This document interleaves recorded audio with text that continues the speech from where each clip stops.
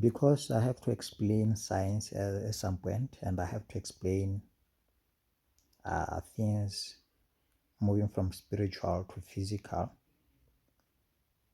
then I have to explain also the government of the heaven and the government of the earth or our universe. Because all governments are ordained or has to follow rules, either be eternal rules or physical or realm rules. So I'll read from the sealed portion, chapter 17. I'll start at 29. Chapter 17, verse 29. For I know that many of the things that I shall teach you shall be those things that you cannot see with your mortal eyes. Yeah, the faith, this faith is the substance of things for which you hope. So when you are no longer in the realm of the spirit, then some things, the means to know things mostly is through faith, because some things you can't physically see. Some are sealed, some are not available to you, some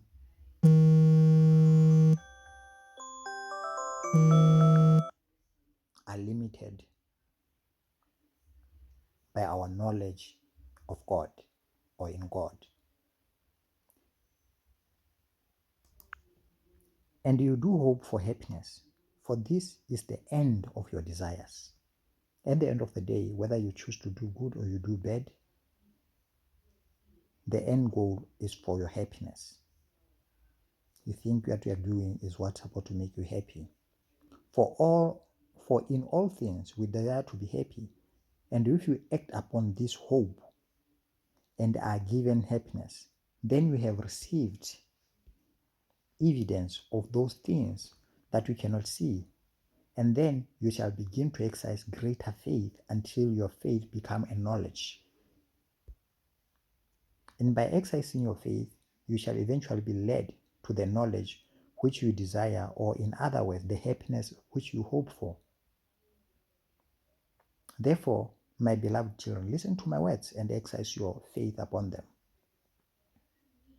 And now, before I can explain further into regarding the days of probation, of which I have spoken, which is your life here upon this earth.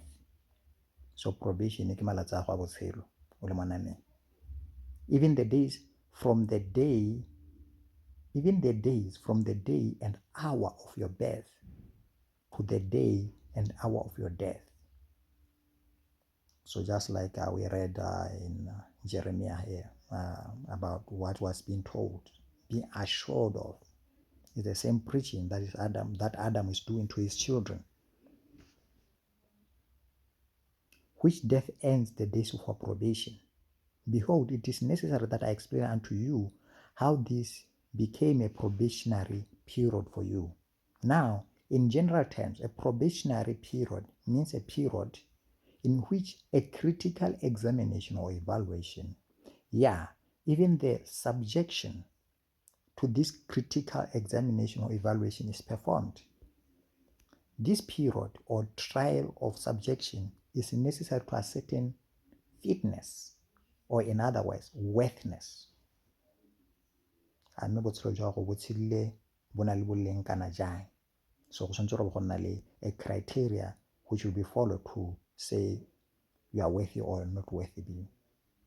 33. And in order to find out with certainty if you are worthy, we must know of what worthiness we are being required to ascertain. In other words, by what standard of worthiness are we trying to know of a certainty? Now, our hope by which we act and think is that we might find joy and happiness. This happiness is a state of well-being and contentment, which is experienced concurrently with joy. which is the emotion or a feeling that we experience by the prospect of possessing that which we desire. And that which we desire is happiness. And for this purpose were we created, that we might have this joy and happiness forever. Joy and happiness is the reason why we are who we are, why we choose to live a certain way, why you like certain things and you don't like certain things.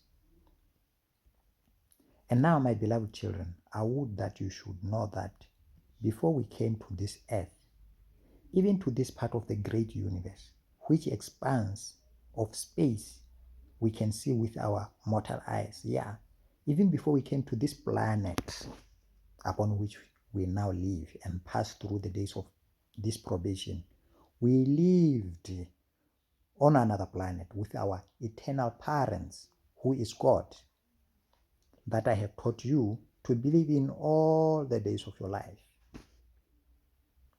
So I'm trying to build a case that our spirit originates from another planet. That's why Jeremiah is being assured that, I knew you before you even conceived in your mother's womb. I knew you. I knew your purpose. I knew what you're capable of. I knew what you are sent here to do. I knew what you chose to do for your joy and your happiness.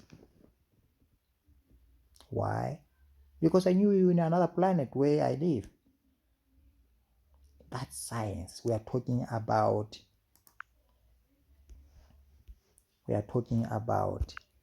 this in the Bible. And this is advanced science. I know a lot of people, when they see this, their heads start to spin. But you don't originate where you are. I think our planet might be this one. I don't know whether it's this one or that one, but so you see, it's complicated than we take it to be.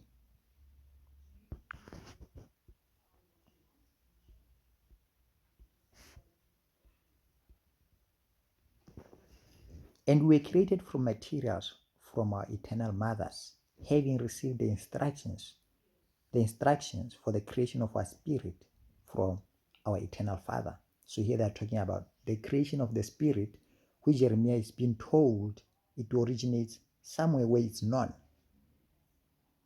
That's where the spirit was conceived and raised.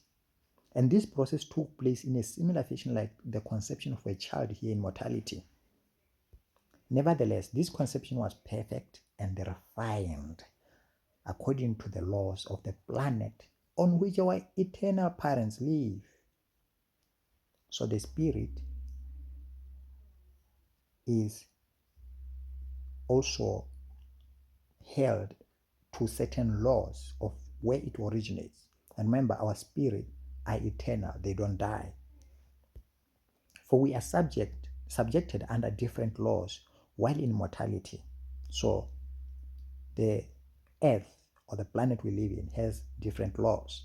And these laws being the laws of natural world, whereas the laws of their world are the laws of eternal world. Like I said, our spirit are eternal because they don't die, and they were born or created in the eternal planet, or planet which do not decay and vanish. But now where we are is a natural world, and the laws of more natural world is different while we are in mortality, while we are still alive here. Thus, they are natural laws and they are eternal laws. Natural laws for our planet, eternal laws for the planets of the spirits and where God is. I'm not saying they're in the same planets. That's another lesson for another day. The one being parallel with the other. So the natural laws are derived from eternal laws, because the natural laws are temporary. The eternal laws are forever. Nevertheless, the natural laws are patterned after those that are eternal. For even as all things pass away by the laws of nature, even so shall all things remain eternal by the eternal laws, which laws are the laws to which all the universe is subjected. So, if you talk about science, our science originates from the science of the heavens. Our laws originate from the laws of eternity or eternal universe. And even the natural laws shall pass away, but the eternal laws must abide forever in the state in which they are given, even as eternal state. And the laws of nature are established that they may fulfill the purposes and requirements of eternal laws. So, when you're talking about the righteous people, they know the science, the knowledge about God, about the spirituality, come from God. The time travel, the space travel, they know it has to conform to the laws of God. But according to Satan, science has nothing to do with God, because they detached spirituality from science. Therefore, all natural law is subjected to eternal law, and therefore sub-laws which are given for eternal purposes. So natural laws are sub-laws. And the end for which all eternal law is given is joy and happiness, for which I have spoken. And since God is subjected to all eternal laws, then the purpose of God must be his own happiness. And this happiness, which is the purpose for this eternal law, comes to him because of the happiness that he can give to others.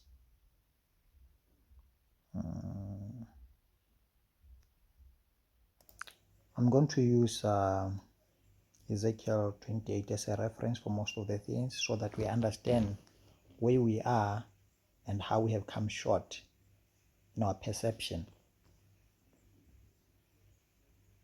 So let's read Sealed Portion, chapter 16, verse 44.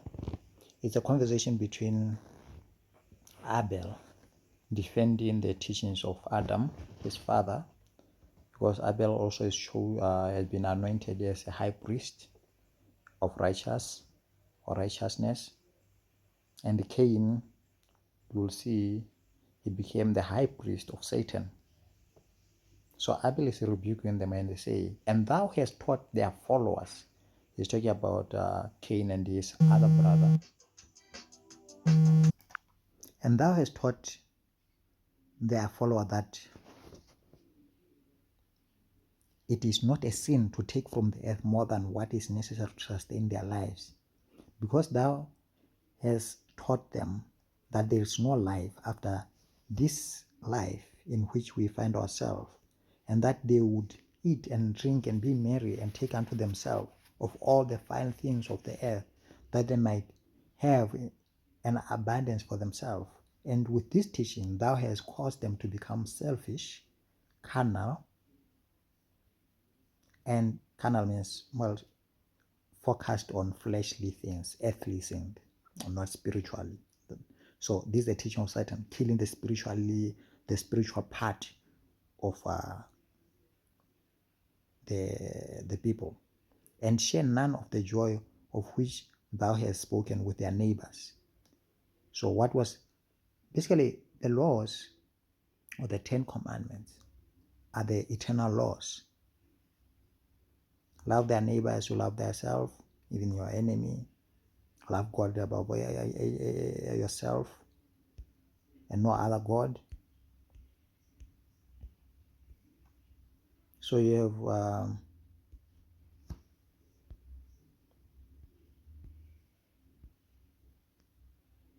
spoken with thou hast spoken with their neighbor or with their friends, but they should hoard all the things they can for the benefit of their own wives and their own children. And in separating yourself into this family unit in which you have found this joy of which you have spoken, you have destroyed the sense of fellowship and unity that our Father taught us should exist among us. For we do not all share the same Father. For we do not all share the same Father and same Mother. So it's a question. Therefore, to whose family do we pertain, seeing that we are all brothers and sisters? So here, that's what I wanted to show. The reality where we are finding ourselves in is the reality that was established here by Satan. Adam and Eve, here the person talking is Abel. He's rebuking his siblings because they've fallen Satan. They've started to acquire possessions, acquire gold, make things just like we do, make houses, separate themselves, you and your family, whatever you're acquiring is for your family. If you look at the gospel in Jerusalem, when waiting for the Holy Spirit, they were selling their property so that they would have a sense of fellowship. But this sense of fellowship, Satan is destroying among the children of Adam, so that they become selfish and carnal and self-centered, so that they don't share anything. So that's why I say, for do we not share the same mother and same father? Why are we dividing ourselves? Why are you someone trying to have more possession than the other? And the ramification of this joy that you describe are that there shall be contentions among you, in that you will be more concerned about the welfare of your own family and the things that you have hoarded or acquired from the earth for this wealth than you will be about sharing that which you have with those who do not have that which you have accumulated or hoarded, because you have taken it all unto yourself, and your joy will cause the misery of others, and this because they too want the same thing of which thou hast spoken, will take by force, if necessary, those things that you have hoarded for the benefit of your own family. So now here we are seeing, okay, let me just finish here. And thus will contention and dispute arise among you, and these things would not arise among you if you would do the things that our Father has commanded us. So we are seeing our reality. That's what I'm saying. We live in a world of science, a world where we are all striving to build houses, we are striving to have our families have the best of the things than the other one. We are seeing a situation where now we end up having a pastor or a traditional doctor having to come because of the contention and dispute and jealousy. Someone having to put muti or a potion somewhere to disadvantage or do some ill doings to another to remove their joy, because while they are living now, someone else doesn't want them to live that way. How dare they live that way? How dare they are better than me? How dare they try to reach my standard? That's the contention. And this contention is because of the eternal law that was given. Love thyself. He removed that. Said, how dare you love yourself? Try to make you keep yourself to standard for another person. Be your best of yourself. That's the teaching of Satan. And our Father has given unto us the commandments that he received from the mouth of God, which when he was banished from the Garden of Eden. So the life Abel is preaching is the commandment from God, is the commandment from the eternal laws. And you know that this garden did exist because you have seen its borders. So we know it doesn't exist. And have experienced the exceedingly verdant nature that existed wherein, which nature is not like any that we can find in other part of the land in which we live. So Eden was in a heavenly realm above our sphere. That's why it was closed up, because the seat of God is there. So Adam and Abel and Cain and all those children, they could still sense the presence of Eden. They could see the two oaks at the gate of Eden. They knew they couldn't go there.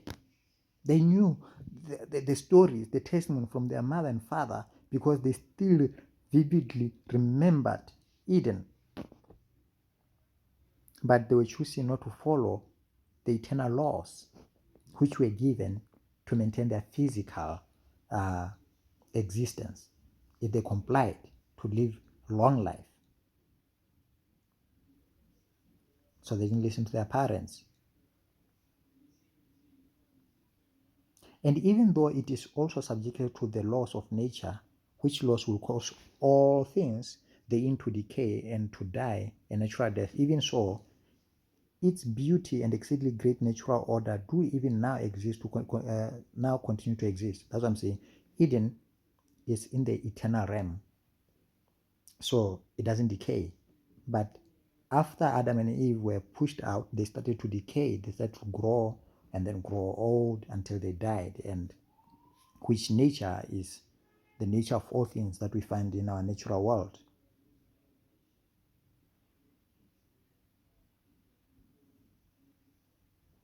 For behold, they are like, and if God do not exist, where did our first parents come from? For behold, they are unlike all the other animals that exist upon this land. So it's a comparison to show them. He's trying to plead with them to show them the existence of the heavens, because Satan told them the heavens don't exist. And even this land, from where thinkest thou that it came? So and seest thou not the greatest order of nature that is around us?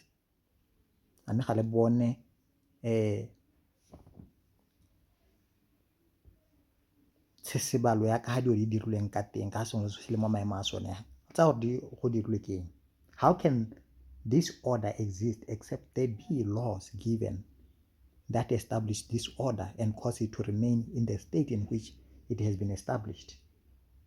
So now we are arriving at our science. So we believe by our theory, which I think we all know, nature follows laws. If you throw a stone upward, it will come down by the law of gravity. The sun moves from east to west, and the moon comes after the sun disappears. They follow that order. We know there are seasons.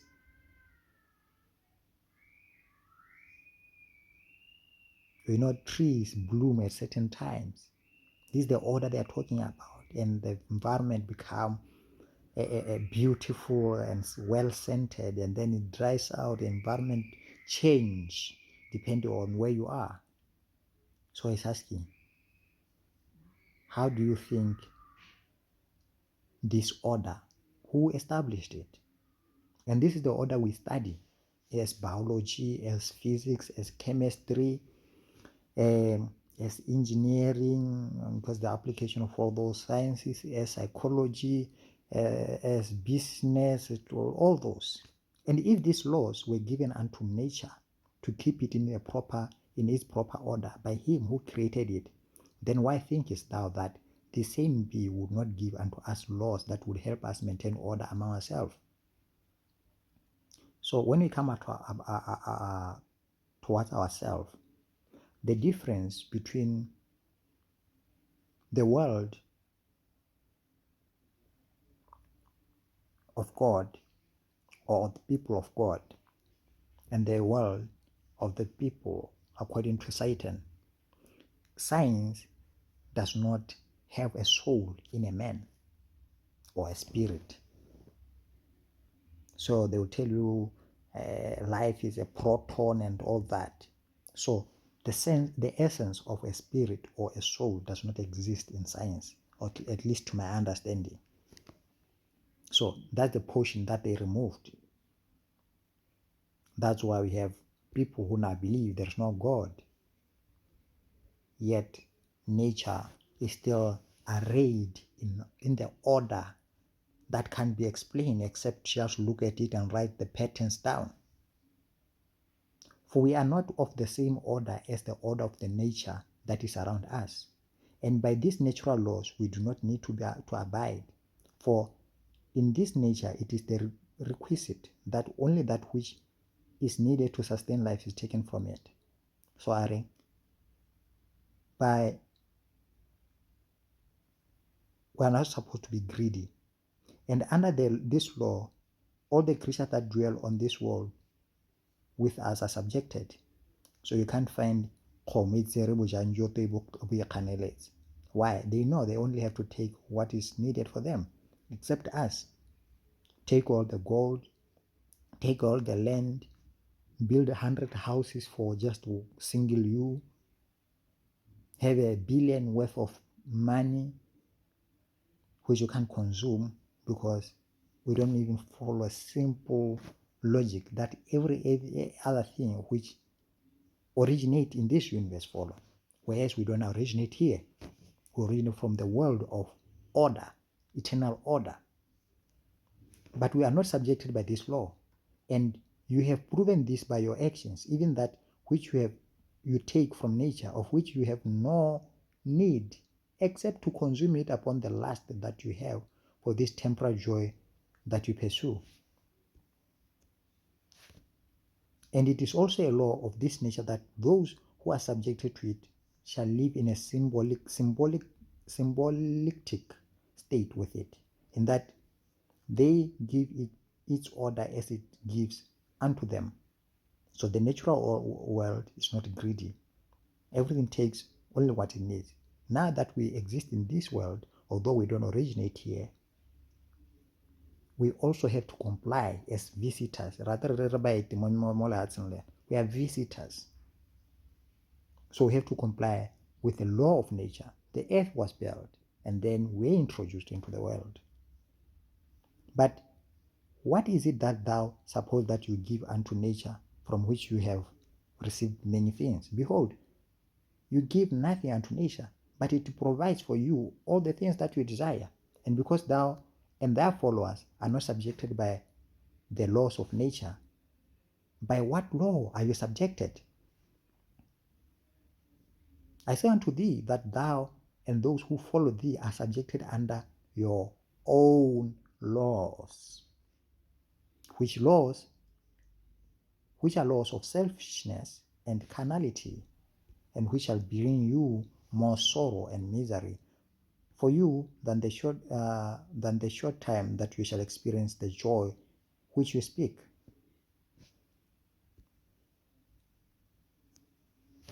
But this is one law of nature to which you are all subject, which law was brought to pass because of the choice of our parents. So the sin of our parents brought a punishment, and this punishment, and this law is the law of death. So we are all subjected to the law of death, whether you believe in God or you don't believe in God, because it's a law of natural world.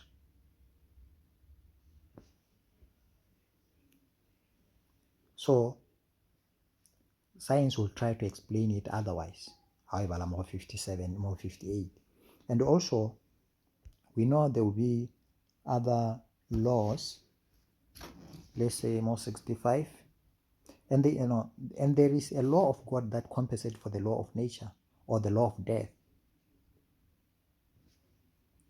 And even as it was death that came upon us and cut short the joy that we find in the natural world because of sin, so we decay, we die, even so shall the law of God be given, so the eternal law, that we shall once again find life, and this life shall be eternal, for such are all laws of God. So from the temporal world where we are, we sin, we die, and then there's a law, and the law of sacrifice, which our Father has given unto us, is in similitude to this law that should give us eternal life and joy. So where the Son of God will sacrifice himself. Now here we are talking about blood. We are going to talk about it somewhere when now we are talking about covenants and oaths and sacrifices and witchcraft and all those.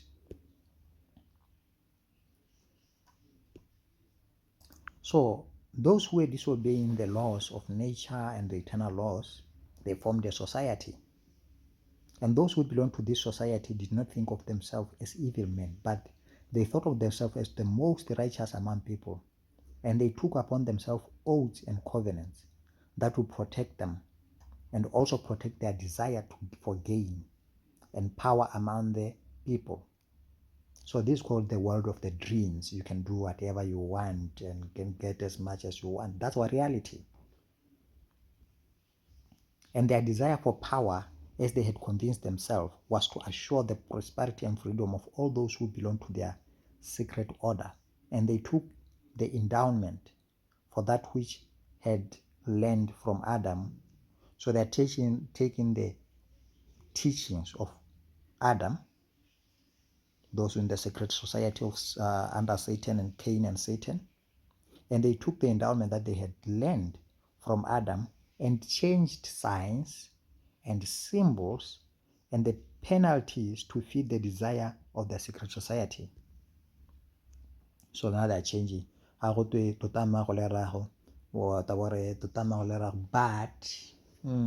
or maybe it's kwa tutama le rago go diela nako go se kwa utswa a re thusa mongwe botlhokwa bona survival of the fittest. Does that not sound like science to justify not loving your neighbor? Let the strong survive. Why? Because then they're reducing you to be like animals. But you originate not from this universe. You come from the eternal world. So you only comply with the laws, but you are governed by eternal laws. And they began to convince themselves that their ways and their teachings were the right ways, and that if there was a God, then that God would want the same thing that they desire, which thing are joy in their families and joy in their worldly possessions and their freedom. And this society began to enforce the desires of their heart upon the people throughout the land. Remember Satan, the book of Melchizedek, even the angels are given free will to choose to follow someone, to choose to do something so that you'll be accountable for your own action. But this society began to enforce the desire of their heart upon the people. So they're taking away the free agency or the freedom of choice of others. And if any man or woman refused to live by the laws that they had established according to their desires, they would call upon those who had taken the secret oaths and covenant to protect their society to kill this man or this woman. What does this sound? It sounds like ke na le bothata le wena ke be ke ya yanong ke go kopana le ngaka le moloi gore ba go lowe, because bone ke bone ba secret society. You go there on your sneaky time so that you are not seen doing it, or you boldly doing it if you are powerful and if you are feared.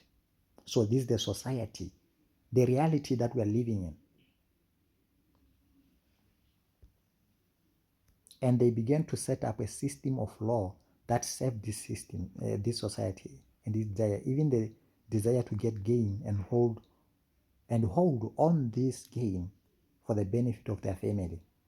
And in this way, did the law of men begin to subside the law of God.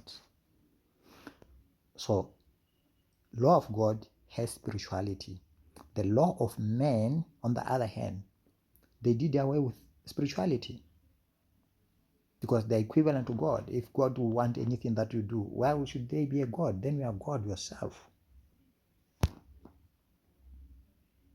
And in this way did Lucifer do that which he had promised upon being cast out of the presence of Father, even that he would take the treasures of the earth, Ezekiel 28, and with gold and silver he would buy up the means of force, and that he would buy up the means of justice. So he's talking about he will control the government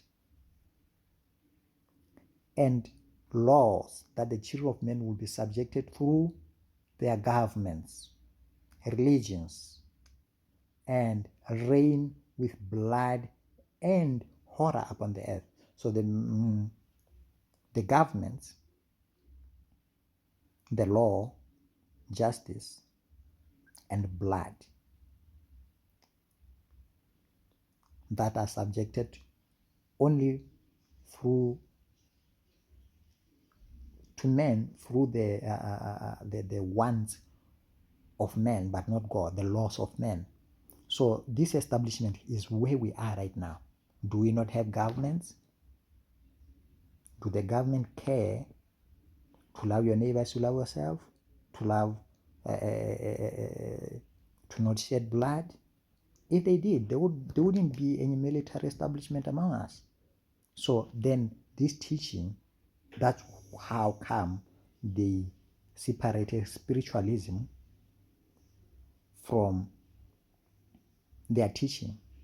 And now they call this whole body, which they established through their governments, taught us to us through schools and religion, the system which does not have spirituality, an entity of our reality where God does not exist. You talk about science, you talk about engineering, that's the only thing where God is absent in our life. Why? Because it's established by Satan. This is where we fight for gain, to see who will get more. So we are taking from nature more than we need. And because of this, then we end up having jealousy, contentions among us, and then we have the covenants and oaths where we go secretly to take muti and potions and all those things to destroy each other, to fight for gain and dominance and control. So now I think I have touched enough on this society. I did tell you about gold and silver, so let me just finish with this one. 89. And this society, 16, I'm still on chapter 16. Yeah, I'm still on chapter 16, verse 89. I think I'll stop here. And this society began to use gold and silver. So you're introducing mining, industrialization, businesses, and the precious elements of the earth to measure and control the gain that they desire. For behold, among the children of Adam, there did not exist a means where the value of things of the earth was measured. There was no trade. Have you heard when they talk about colonization? When we were primary, they told us that people used to barter trade, but there was no currency. You have sorghum and I have meat. You don't need sorghum, I give you meat, you give me that. Or if I have abundant, I'll just give you, and when I'm lacking, I'll go take from you. That's the closest of a system of Adam that you could find. There was no trade, there was no selling. If you had enough, more than enough of what you needed for a day, you gave to your siblings and your neighbors, because loving your neighbor was the principal as you love yourself, principal law of the society. So Satan, with all that we have gone through, he reversed all those laws so that he could establish his rule to show that he's God, by proving that he could disconnect us from God, by establishing greed in our hearts, laws that encourage anti-God, ungodly actions. For all the things were free unto the children of Adam, and everyone did that which they could according to their individual abilities, and all received according to their individual needs. So everything was shared. A hunter will give a pastoral, an arable farm what they got, an arable farm will share. And this was done by the sweat of their brow, and this was commanded of them by the Father in the beginning. So I'll stop here in terms of this. So now I would want to go on to where the traditional doctors or the prophets come in. Therefore, we are going to talk about angels, or should I say the order of angels, but I'm not going to go much into the order. I'll be concentrating more onto the holy watchers and the evil watchers, or the fallen angels, to say what they are, what they influence, how we interact with them to do what we do. And then I will play some videos at the end, especially about science. So let me go ahead with that one.